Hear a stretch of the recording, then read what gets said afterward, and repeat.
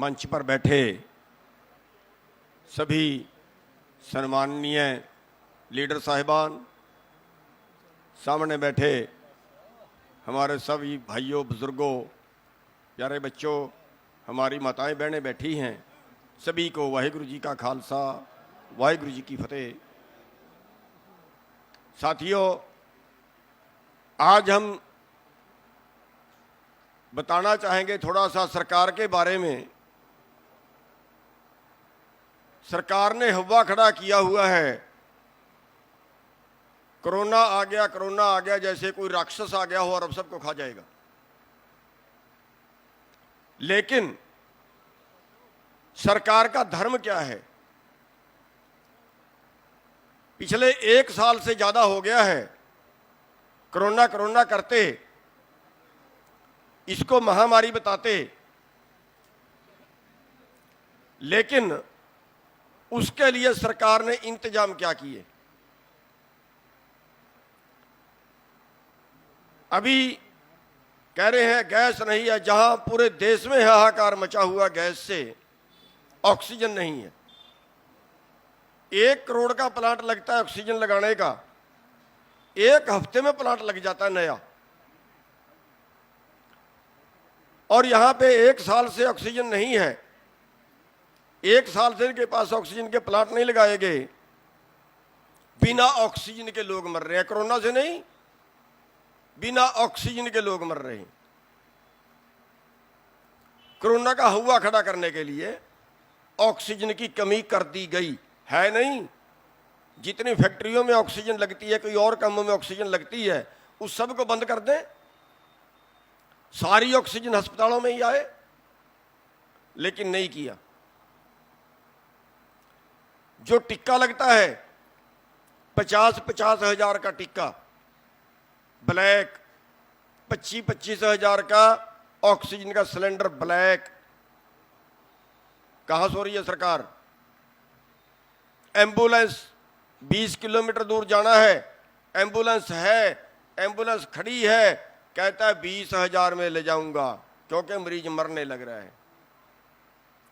मरीज की सांसें निकल रही हैं, मरने लग रहा है, एम्बुलेंस वाला कहता है 20 हजार लूंगा और 20 हजार दे रहे। बेड है, हॉस्पिटल में बेड है, लेकिन दे नहीं रहे हैं। देंगे अगर चोरी से उनको 2 लाख रुपए रिश्वत देंगे। कौन सी व्यवस्था है? मैं कहता हूं कोरोना है लोगों को डरा के मारने के लिए। यहां तक है कि संस्कार करने की ब्लैक है, आदमी को फूकने की ब्लैक है। क्यों? बाकी शमशान घाट बंद कर दिए। 100 शमशान घाट थे तो 15 खुले रखे, बाकी बंद कर दिए। उन 15 में ही संस्कार होगा। 12,000 रुपए तो कम से कम कीमत है फूकने की, वरना तो लाइन लगी है, और 50,000 रुपए तक भी ब्लैक है। कौन सा जमाना आ गया? कौन सी सरकार है ये? इतनी फेलियर सरकार हमने आज तक नहीं देखी। एक नया मामला और सामने आया। बिहार के अंदर एक नेता है पप्पू यादव, काफी सेवादार है, पीछे कोरोना काल में बहुत सेवा उसने की है लोगों की। एक एमपी के यहां पूर्व मंत्री है, पूर्व मंत्री ने 30 एम्बुलेंस अपने संस्थान पे खड़ी की हुई है। उसने जाके पकड़ी। ये 30 एम्बुलेंस छुपा के क्यों खड़ी की हुई है? लोग मर रहे हैं, लोगों के लिए एम्बुलेंस नहीं है। मुकदमा दर्ज होना चाहिए ना उस पूर्व मंत्री पे, लेकिन मुकदमा दर्ज हुआ पप्पू यादव पे। एम्बुलेंस क्यों दे रहे हैं? एम्बुलेंस क्यों पकड़ी इसने?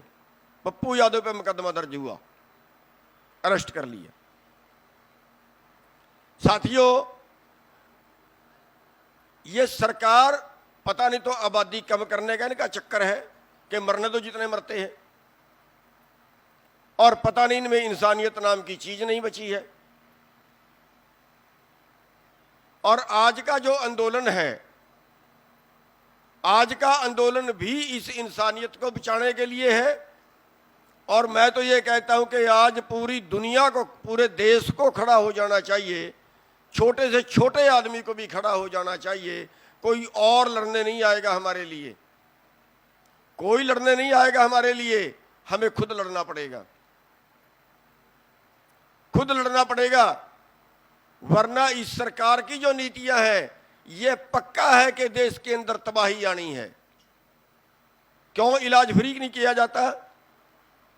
पंजाब से खबर आ रही थी कि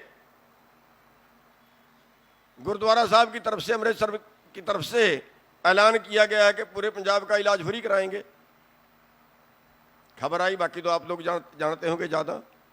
लेकिन एक हमारे देश के अंदर जहां पेट भरने का गुजारा नहीं है, जहां 2 वक्त की रोटी नहीं है, अगर उसको कोरोना होता है तो क्या वो इलाज करा सकता है? क्यों इलाज फ्री नहीं है?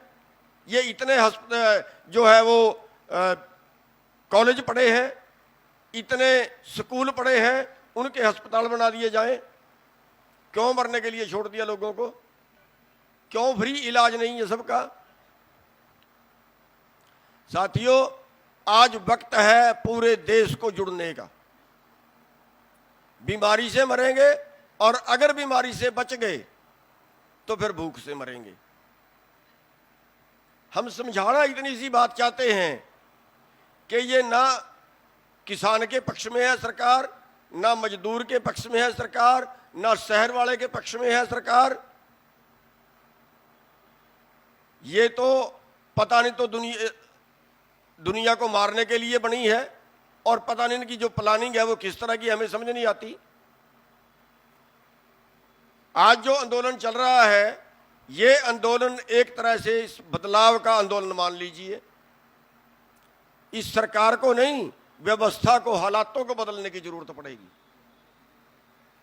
और इस हालातों को बदलने की जरूरत में, क्योंकि हालात पूरे देश के लिए बदलने हैं, केवल किसान के लिए नहीं। अगर कहीं चंद लोगों के घरों में, चंद लोगों के गोदामों में ये अनाज कैद हो गया, तो जो लोग आज ऑक्सीजन की ब्लैक कर सकते हैं, सामने मरीज मर रहा है और वो ऑक्सीजन के सिलेंडर की ब्लैक कर रहा है, सामने मरीज मर रहा है, वो टिक्के की ब्लैक कर रहा है, हर चीज की ब्लैक कर रहा है, शमशान घाट तक में ब्लैक हो रही है। तो क्या कल वो अनाज की ब्लैक नहीं करेंगे? अगर अनाज चंद लोगों के कब्जे में चला जाए तो क्या वो अनाज खाने के लिए देंगे? वो अगला स्टेप होगा मारने का। आने वाले टाइम में हिंदुस्तान के अंदर सबसे ज्यादा लोग भूख से मरेंगे, सबसे ज्यादा लोग भूख से मरेंगे, और तब कुछ नहीं कर पाएंगे हम लोग। आज किसान लड़ रहा है, अपने लिए नहीं, पूरे देश के लिए लड़ रहा है। आज हम उन लोगों को चेता रहे हैं एक तरह से, जो लोग आज कह रहे हैं कि किसानों का आंदोलन है, हमारा तो आंदोलन नहीं है। जो शहर में बैठे लोग हैं, भूख से वो ज्यादा मरेंगे। हम तो हमें तो जितनी हमें जरूरत होगी गेहूं की, उतनी साल की रख लेंगे, जितनी जरूरत होगी धान की, उतनी साल के लिए रख लेंगे। हम तो किसी तरह फिर भी बच जाएंगे। लेकिन जिनके पास जमीन नहीं है, वो लोग तो सारा मोल का लेके खाएंगे, और सबसे ज्यादा जो मुसीबत होगी वो उन लोगों के लिए होगी। इसलिए आप लोगों को सबसे ज्यादा उन लोगों के पास आ जाना चाहिए जिनके पास जमीन नहीं है, चाहे वो हमारे गांव के मजदूर हैं, चाहे वो शहर वाले हैं। आप सब लोगों को, जितने भी हमारे ब्लॉकों के, जिलों के छोटे पदाधिकारी, उससे भी जो छोटे गांवों के पदाधिकारी हैं, उन सबको अपने गांव के मजदूरों के पास, अपने नजदीक के शहर वालों के पास, अपने नजदीक के दुकानों वालों के पास, उन सब के पास जाके उनको जोड़ना चाहिए। इस आंदोलन को एक महा आंदोलन का रूप दे दीजिए। ये बदलाव का आंदोलन जब तक बन के खड़ा नहीं होगा तब तक शायद सरकार के नहीं हिलेगी, और तब तक आपका शोषण, अब ये आंदोलन जीत भी जाए तो कुछ ना कुछ कल और नए कानून लाके खड़े कर देंगे। हम एक कानून के लिए लड़ते हैं, जब तक उसका वो पूरा नहीं होता एक और हमारे ऊपर थोप दिया जाता है, फिर उसके बारे में सोचते हैं, फिर तीसरा और हमारे ऊपर थोप दिया जाता है। साथियों, ये आंदोलन जो है ये आर पार का करने का बड़ा आंदोलन है। इससे बड़ा आंदोलन आज तक खड़ा नहीं हुआ। जिस तरीके से इस बार में हम लड़ रहे हैं, इतना बड़ा आंदोलन पहले कभी खड़ा नहीं हुआ। और साथियों, मैं आपको धन्यवाद भी देना चाहूँगा, बधाई भी देना चाहूँगा, जो आप इतनी बड़ी संख्या में दोबारा से आए हो। दोबारा से आने की नहीं, हम तो अपने खेत के काम के लिए गए थे। और एक चेतावनी सरकार को और हम ये देना चाहेंगे कि सरकार कहीं भूल में ये सोच ले कि अब इनकी संख्या कम हो गई है। जिस दिन सरकार ने पंगा ले लिया ना, जिस दिन सरकार ने छेड़खानी कर ली ना, हम 24 घंटे के अंदर अंदर लाखों की संख्या में पहुंच जाएंगे हमारे लोग यहाँ पे। सत श्री अकाल। प्लीज़ साडे चैनल सांझा पंजाब नू लाइक ते सबसक्राइब करो यूट्यूब ते।